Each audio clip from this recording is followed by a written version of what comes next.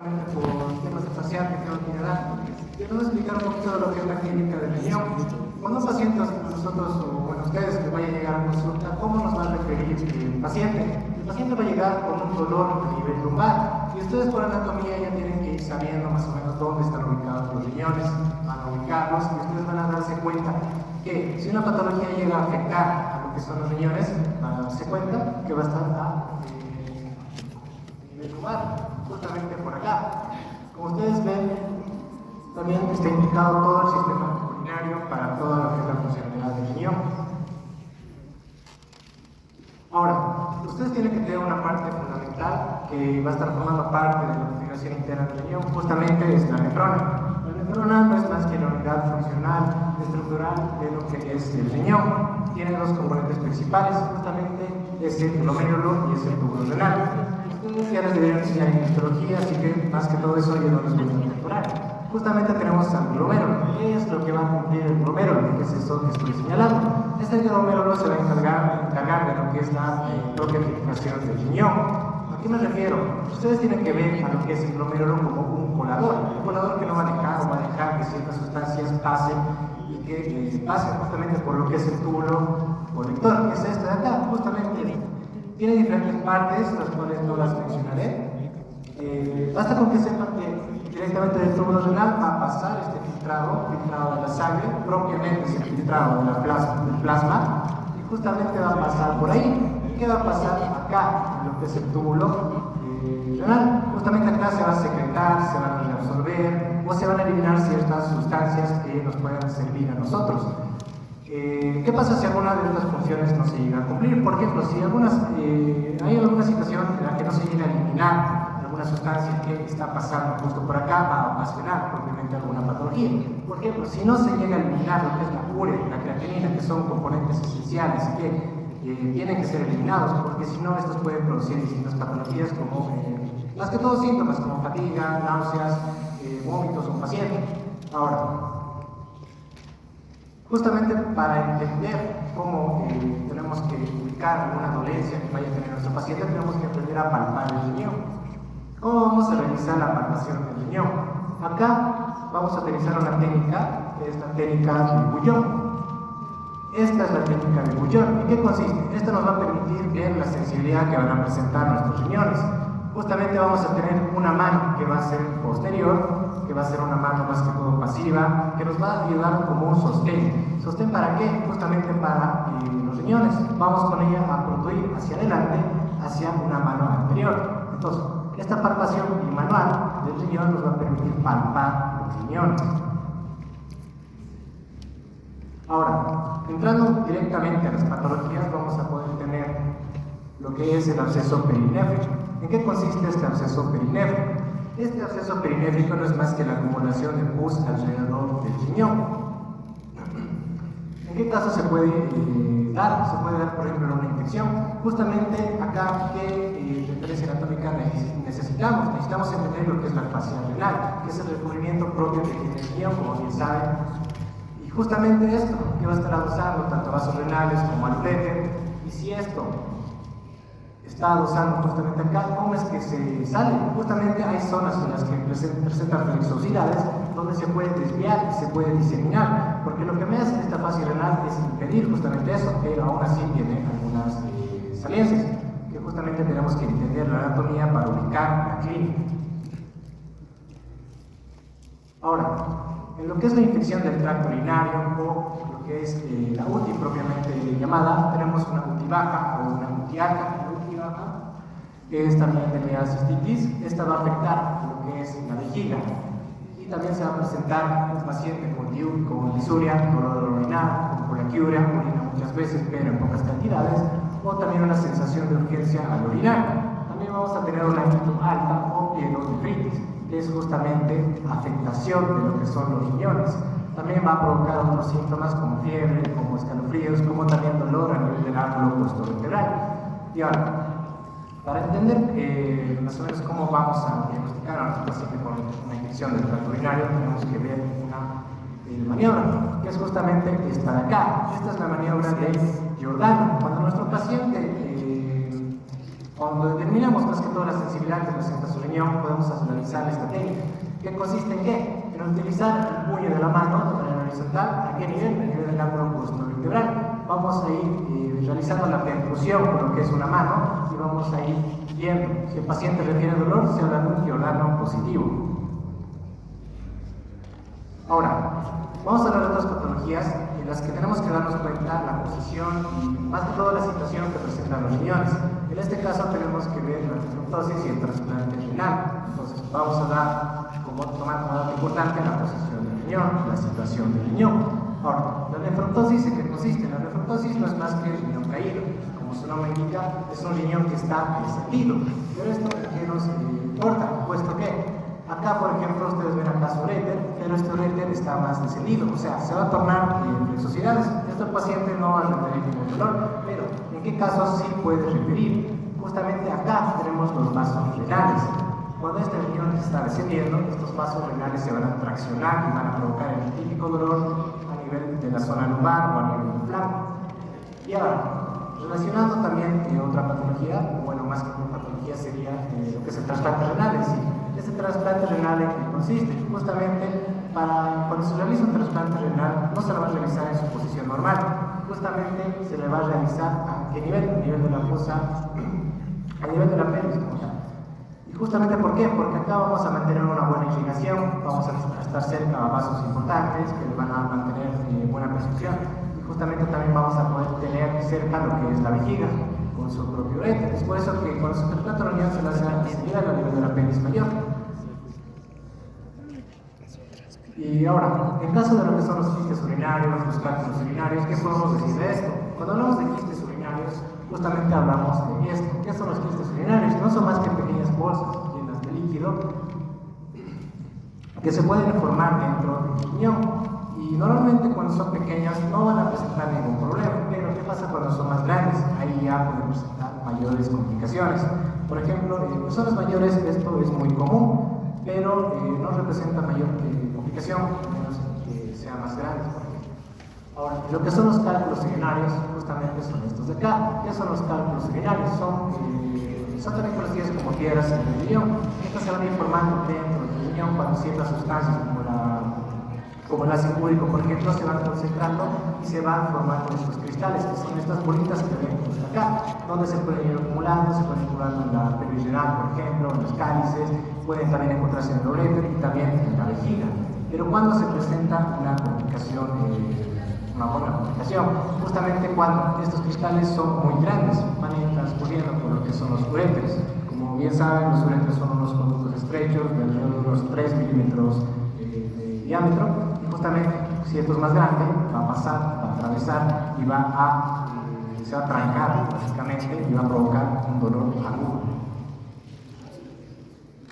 Y justamente, ¿cómo solucionamos esto? Para la solución, más que todo un tratamiento, se podría decir, se realizan dos, bueno, yo las puse dos más, que es la lithotripsia extracorpórea, que consiste en ondas de choque que vayan a destruir básicamente estos cálculos. Como se ve acá, justamente es una maquinita que se utiliza para destruir con ondas de choque los cálculos, y otra que sería una extracción endoscópica, que esta ya es más invasiva y justamente vamos a extraer directamente lo que son los cálculos. Y ahora, como última patología, tenemos el riñón en herradura. ¿Esto en qué consiste? Básicamente, como ustedes ven, ¿qué forma tiene el riñón? Tiene una forma de herradura. ¿Por qué se da esto? Porque embriológicamente el riñón se va a estar a nivel de la fosa y todo eso, a nivel lumbar, a nivel de la pelvis, va a ir ascendiendo. Pero por la arteria mesentérica inferior va a hacer que lo va a traccionar y va a formar esta especie de istmo o puente que no va a permitir ascender al riñón. O sea, este riñón va a estar más bajo, siendo que su situación normal, por ejemplo, el riñón normal sería a nivel de L1, L2, este va a estar situado más bajo, a nivel de L3, L5. Y eso sería todo por mi parte. Muchas gracias sobre la actividad y sobre la anatomía.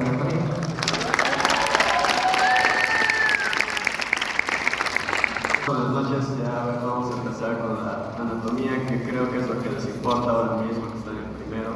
La verdad, lo que les ha explicado Brian es muy importante. En segundo, no van a dejar de ver el riñón, así que espero que hayan entendido. Y pues gracias a él también por haber hecho esta exposición, ya que como saben, dar un parcial también es un poco complicado. Empezaremos con las generalidades, ¿no? Lo más fácil.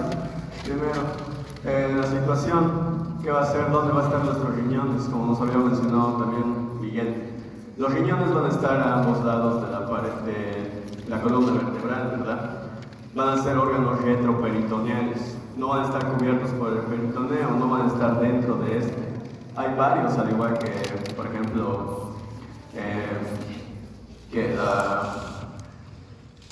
el útero, por ejemplo, retroperitoneal. Ahora, en cuanto, ¿dónde está cada uno? El derecho va a ser más bajo que el izquierdo. ¿Por qué? Porque el hígado va a ser el que lo va a bajar. El derecho va a estar a la altura del último espacio intercostal, como pueden ver aquí, no sé si se nota mucho. Este es el izquierdo, este es el derecho. Va a estar a la altura del último espacio intercostal. Y el izquierdo va a estar a la altura de esta vértebra, que va a ser la undécima. Una vez que ya los ubiquemos, vamos a ver que van a tener un tamaño distinto cada uno. El izquierdo va a tener un peso de unos 170 gramos. ¿Por qué? Porque va a estar más cerca de lo que viene siendo nuestra aorta, va a estar más nutrido. Y el derecho va a tener unos 130. El izquierdo 170, el derecho 130. ¿Qué más? ¿Dónde los vamos a ubicar? Bueno, sus dimensiones. En cuanto a longitud, van a tener unos 12 centímetros de arriba hacia abajo, o sea, de largo. De ancho van a tener unos 6 centímetros. Y de espesor, o sea, de adelante hacia atrás, van a tener unos 3 centímetros. En cuanto a su forma y su orientación, nos mencionan que tienen una forma de lo que viene siendo una judía. Para nosotros es un poroto. Digo, nada más que un poroto, es el mismo color, va a ser muy similar, así que nuestro poroto va a tener un eje mayor y un eje menor, en el cual va a estar ubicado. En esta imagen, es una imagen de vista anterior, digámoslo así. Este va a ser el polo superior y este va a ser el polo inferior. ¿Qué quiere decir esto? Que nuestro riñón va a estar inclinado más hacia medialmente en su polo superior y más hacia lateralmente en su polo inferior.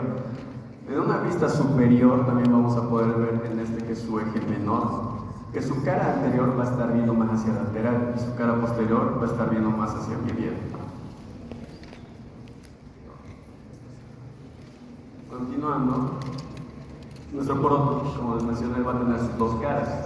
Anterior, posterior, va a tener sus dos polos, superior e inferior, y bordes. Uno externo, que va a ser más convexo, y uno medial, que va a ser más cóncavo. Aquí vamos a encontrar algo importante, que va a ser nuestro ilio renal. Lo vamos a hablar después.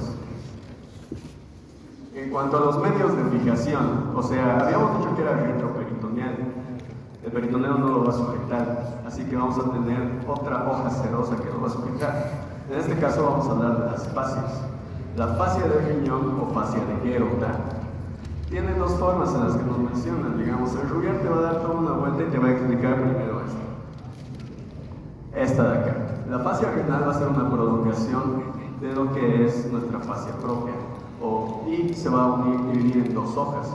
Una prerrenal y otra retrorenal. Empezamos por la prerrenal. Va a ir entre estos dos, todo amarillo es de tejido adiposo, por si acaso. Esta hoja va a ir por delante del riñón entre esta capa pararrenal y esta capa perirenal de tejido adiposo. Se va a dirigir hacia la línea media por delante de nuestro ilio renal y por delante de nuestros grandes vasos. ¿Para qué? Para encontrarse supuestamente con la hoja anterior del otro riñón.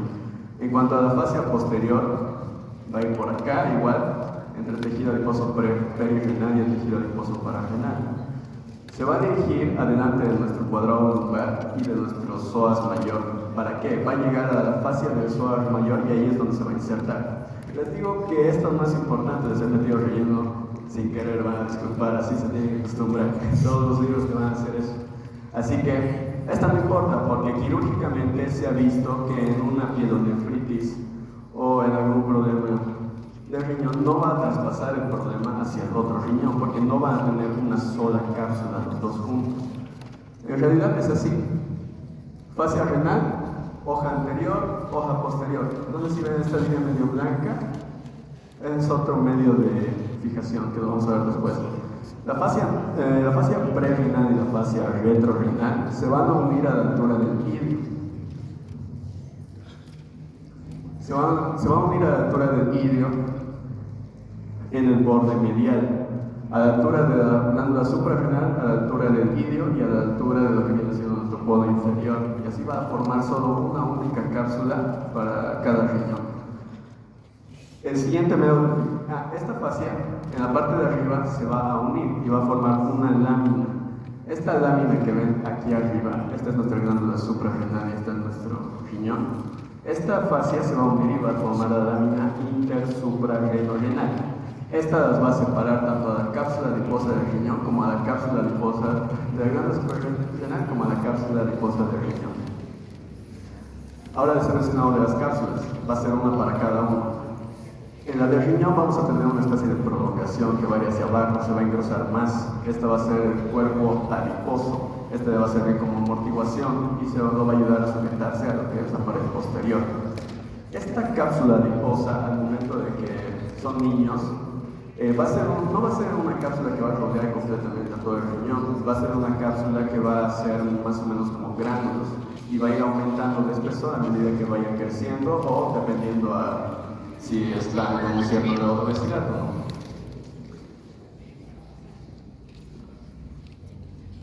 Ahora vamos a ver las relaciones. Vamos a empezar por la cara anterior. En la cara anterior, principalmente primero del riñón derecho, lo que vamos a encontrar es, yendo en el podo inferior de la cara anterior, vamos a encontrar esto de acá, que es la flexura cólica derecha. Más hacia arriba vamos a encontrar lo que viene siendo nuestra porción descendente del duodeno, que va a ocupar la cara anteromedial y va a cubrir a nuestro idio renal. Más hacia arriba la glándula suprarrenal y todo este espacio rosado que ven aquí va a estar ocupado únicamente por el hígado. En el riñón izquierdo, ¿qué vamos a encontrar? Acá vamos a tener una disposición distinta. ¿Qué va a pasar? A ver, vamos a tener en relación a lo que viene siendo nuestro codo transverso una porción supracólica, una porción cólica y una porción infracólica. En cuanto a la porción supracólica, ¿qué vamos a encontrar? Primero, nuestro vaso en la cara anterolateral superior, luego nuestra glándula suprarrenal y acá es el páncreas, específicamente la porción externa de nuestro cuello y la cola del páncreas. Estos tres van a formar un pequeño triangulito acá. Este va a estar ocupado o va a estar en contacto con el estómago. Abajo del colon transverso, en esta parte, la infracólica, solo vamos a encontrar que va a estar en relación con asas de nuestro intestino delgado. En cuanto a la cara posterior, aquí solo vamos a separarla en dos partes, es similar en cada riñón. Así que, usando de referencia a este riñón izquierdo, vamos a tener una parte diafragmática y otra parte lumbar, que va a estar definida por esta costilla, en este caso, que va a ser la décima segunda. En la parte diafragmática, ¿qué vamos a encontrar? Si ven acá tenemos toda esta pared, acá tenemos nuestro diafragma. Este triangulito de acá, que va a ser propio del diafragma, que va a ser el triángulo lumbocostal, nos va a servir para que podamos observar también, o para que este riñón esté en relación con lo que viene siendo nuestra pleura parietal del pulmón. En la parte lumbar va a ser únicamente, si es que quitamos nuestro cuerpo adiposo, vamos a poder ver que está en relación con músculos. Vamos a empezar de medial hacia lateral y acá también. Vamos a encontrar este de acá, que es el psoas mayor, que va a ser para la parte moradita. Este, que va a ser el cuadrado lumbar, la rosada, medio azul, no sé mucho de qué. En cuanto al transverso del abdomen, va a estar en relación con esta parte de aquí. ¿Qué más? Vamos a encontrar nervios. El nervio subcostal, no se ve muy bien esa línea, si se ve que se ve acá, que va a salir de 12. Después vamos a encontrar al nervio ilio-hipogástrico y abajo de este al nervio ilioinguinal. Estos dos van a venir de nuestro plexo lumbar y van a salir de lo que viene siendo el L1. En cuanto a los bordes laterales del riñón del derecho, en cuanto a su borde lateral va a ser únicamente para el hígado. En cuanto al borde lateral del izquierdo, va a ser la parte superior con el vaso y en la parte inferior con lo que viene siendo nuestro colon, bueno, la flexura códica izquierda, una parte, y el colon descendente. En cuanto al borde medial, lo vamos a dividir también en tres partes, una supraideal, una ideal y otra subideal o infraideal, en relación al idio renal, claramente. En el supraideal vamos a encontrar lo que viene siendo nuestra glándula suprarrenal, va a ser convexa, esta parte, al igual que la subideal. En la parte ideal, que va a ser cóncava, vamos a tener nuestro pedículo renal, que esto nos va a importar. Suelen preguntar a veces quiénes van a conformar el pedículo renal. Nuestra vena, nuestra arteria, nuestro conducto excretor o uréter, los linfáticos y también los nervios renales. ¿En qué orden? Primero, de anterior hacia posterior, vamos a encontrar nuestra vena renal, luego nuestra arteria renal y por último vamos a encontrar a nuestro uréter. En cuanto a la configuración interna, si es que lo partimos, vamos a ver todo esto de aquí. Si retiramos lo que viene siendo nuestra pelvis renal, nuestros vasos, nuestros cálices y demás, vamos a encontrar este espacio de acá, que acá se ve ya sin todo eso. Este va a ser el seno renal. Esta va a tener una profundidad de 3 centímetros aproximadamente. ¿Y qué vamos a poder observar aquí? Las papilas renales. Estas papilas renales van a ser el vértice de estas pirámides renales. ¿De qué nos sirven? Estas papilas van a ser un número de 8 a 10. Van a tener un área cribosa que va a ser en su vértice. ¿Qué quiere decir? Van a tener puntitos, va a estar traspasada. Vamos a tener de 10 a 20 espacios. ¿Para qué nos sirve? Para que sea traspasado por los conductos conectores de nuestra nefrona. Que sabemos que la nefrona es la parte funcional, unidad termogénica funcional de todo nuestro riñón, que nos va a ayudar a ¿qué? Para filtrar, para reabsorber y para secretar la orina.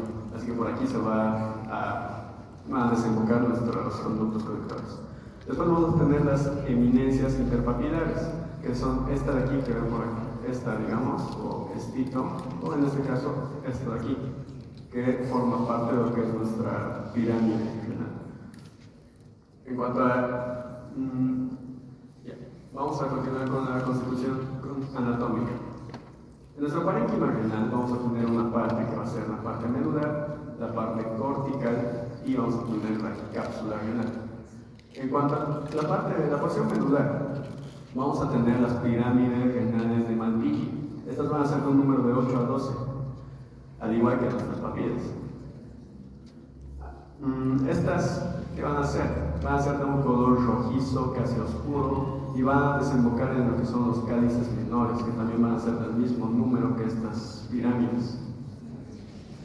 Luego vamos a tener la corteza, que va a tener dos zonas, una zona radiada, no sé si ven esta línea de acá, y otra zona que va a ser la contorneada. En esta zona contorneada vamos a tener a los corpúsculos renales. Vamos a ver que esta corteza va a traspasar un poco a la médula gracias a estas pirámides renales, las cuales van a ayudar a formar lo que es un segmento con un lóbulo del riñón. Estos lóbulos del riñón van a ser una pirámide medular con el tejido cortical que va a estar alrededor de esta.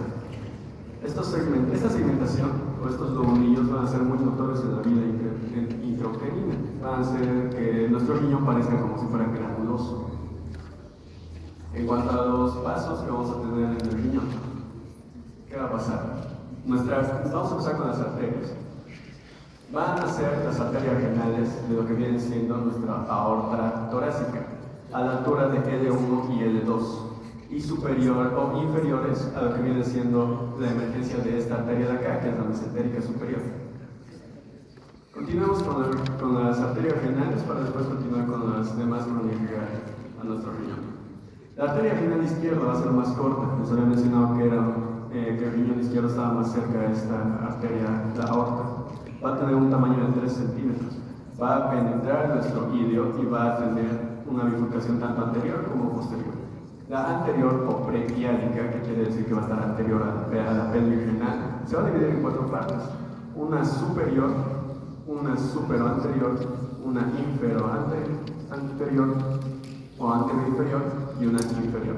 Esta división va a servir para que tengamos una segmentación del riñón. porque pasa igual con el hígado y pasa igual con lo que viene siendo nuestro pulmón. Van a tener segmentaciones que van a estar dadas por los vasos, más que nada. En la retropiádica solo vamos a tener una arteria, la cual nos va a importar. Ahora, continuando con las demás arterias, a la altura directamente de la superior al tronco celíaco, directamente lo que viene siendo nuestra aorta torácica, vamos a tener esta arteria aquí, que va a ser la arteria suprarrenal superior, que acá nos va a dar emergencia también para la arteria frénica inferior. ¿Qué va a hacer? Va a dirigirse hacia lo que es nuestro diafragma, en la cara inferior. Vamos a tener una frénica superior, acá está la diferencia. Vamos a tener la suprarrenal media, que va a ser directa de la aorta, y la suprarrenal inferior, que va a ser rama de esta arteria renal. Después de la arteria renal también vamos a tener a esta arteria de acá, que va a ser la arteria ureteral. Va a dar una rama para el hilo renal o para el pelvis renal y otra rama para el uretero. Acá podemos ver más completo. Esta es una imagen de la tarjeta. Solo acuérdense de la anterior imagen, que es más sencilla.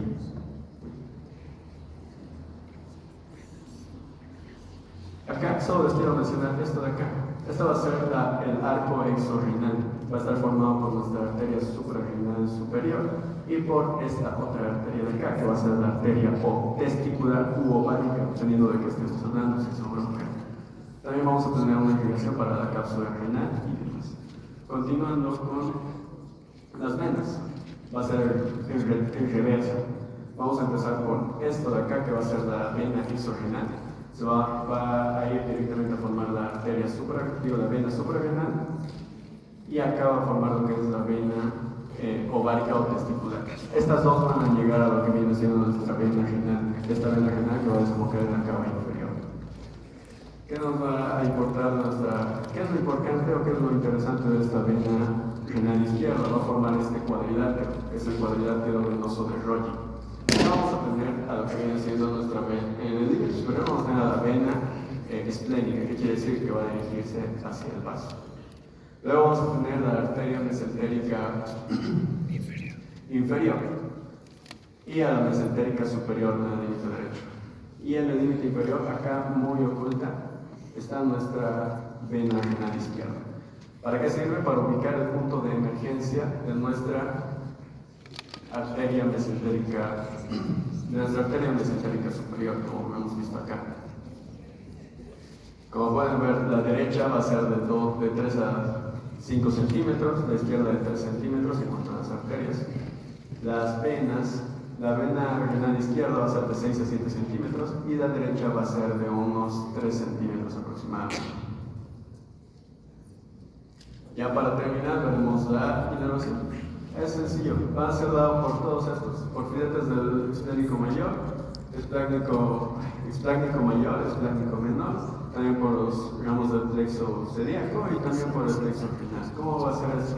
Van a bajar tus nervios esplénico mayor y esplénico menor, y nuestros nervios del plexo celíaco van a dirigirse todos a lo que viene siendo un ganglio de acá, por esta zona. Es el ganglio aórtico renal. Este ganglio va a estar ubicado arriba de nuestra arteria. Y todos estos van a formar un plexo, que es el plexo renal. Van a formar una especie de malla alrededor de nuestra arteria para llegar hacia nuestro riñón. Estos, gracias al vago, van a tener una inervación simpática y parasimpática. Y eso sería todo.